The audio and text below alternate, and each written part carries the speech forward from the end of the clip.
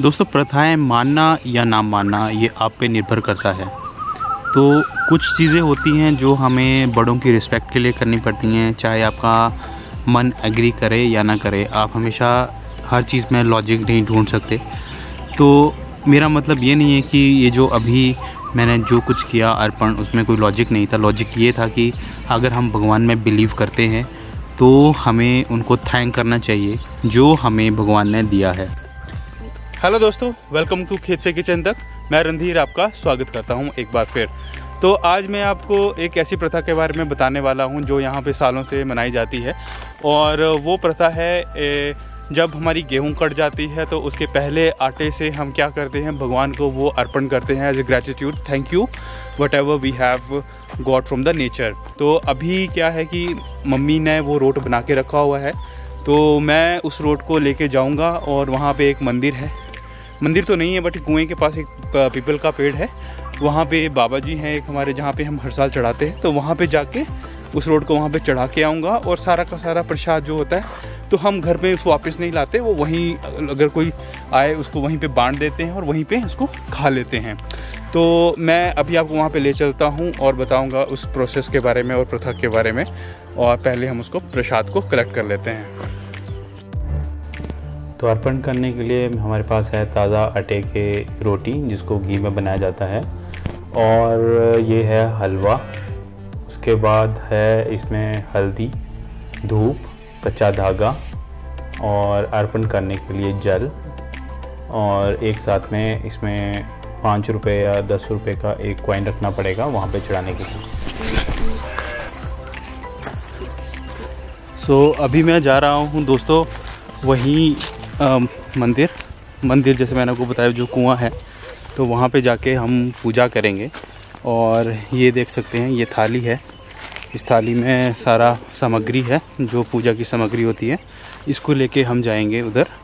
Okay, सो देखते हैं वहाँ पे क्या क्या है। अभी ये देख सकते हैं ये जो हमारे खेत हैं सारे, अभी तक काफ़ी खेत हैं जो कुछ में बीजते नहीं हैं। तो देखेंगे इस बार कुछ अगर स्पेशल हुआ हमसे, कुछ टाइम बचा तो इसमें कुछ ट्राई करेंगे या पेड़ ही लगा देंगे, देखते हैं।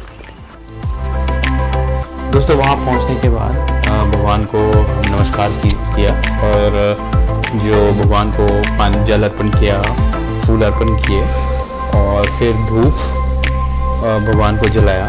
और साथ में जो कच्चे धागे थे जो वहाँ पे लगाने होते हैं, तो वो भगवान को हम बाबा जी को वहीं रख दिए, बाबा जी के इर्द-गिर्द। और फिर अंत में हमने बाबा जी को टीका लगा के जो हमारा प्रसाद बना था, रोटी और जो हलवा था, वो हमने उनको अर्पण कर दिया। और बाबा जी से आशीर्वाद लेके फिर हमने बोला बाबा जी इसी तरह से हमें देते हैं।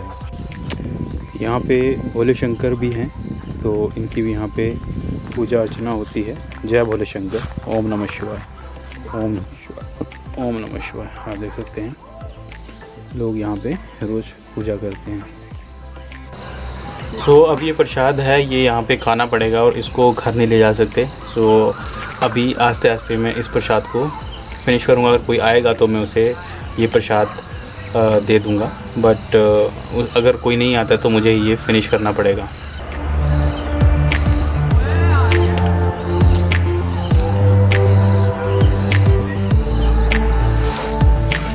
बहुत बढ़िया है, हलवे के साथ ये तली हुई रोटी बहुत अच्छी लगती है। तो दोस्तों सारा का सारा हलवा मुझे खाना पड़ा, क्योंकि वहाँ पे 2-3 लड़के आए थे तो उन्होंने प्रसाद लेने से इनकार कर दिया। शायद मे भी कोरोना का रीज़न हो, तो आजकल सब लोग बाहर का खाने से बचते हैं। चलो एनीवेज, तो मैं आपको बताता हूँ ये जो कुआं है ये बहुत पुराना है। तो बचपन में हम यहाँ पे नहाने आते थे और हम सुबह सुबह मेरे दादाजी यहीं से पानी भर के घर ले जाते थे। और इस साथ में जो पीपल का पेड़ है ये भी बहुत पुराना है, पता नहीं कितना पुराना है बट बहुत पुराना है। और इसके जो नीचे टीला है वो बनाया था किसी ने, बट थोड़ा कंस्ट्रक्शन ठीक नहीं किया इसका, जो फट चुका है अभी। तो थोड़ा सा आपको रास्ता दिखाता हूँ मैं।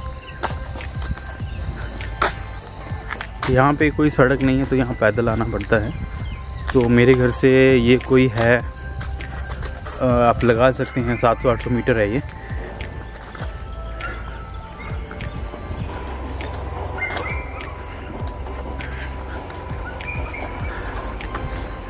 तो अभी ऐसी सिचुएशन है कि जो हमारा घर है वहाँ के लिए किसी भी तरह की कोई भी सड़क घर तक नहीं पहुँचती, तो हमें थोड़े दूर पैदल चलना पड़ता है, फिर सड़क आती है।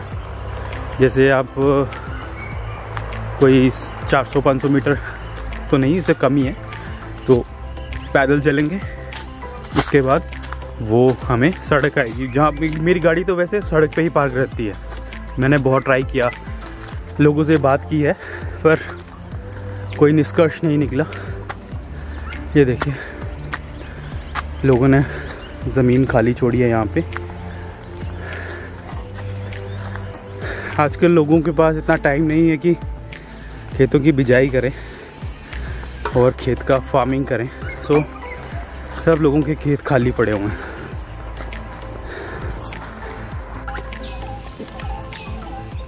दोस्तों, प्रथाएं मानना या ना मानना ये आप पे निर्भर करता है।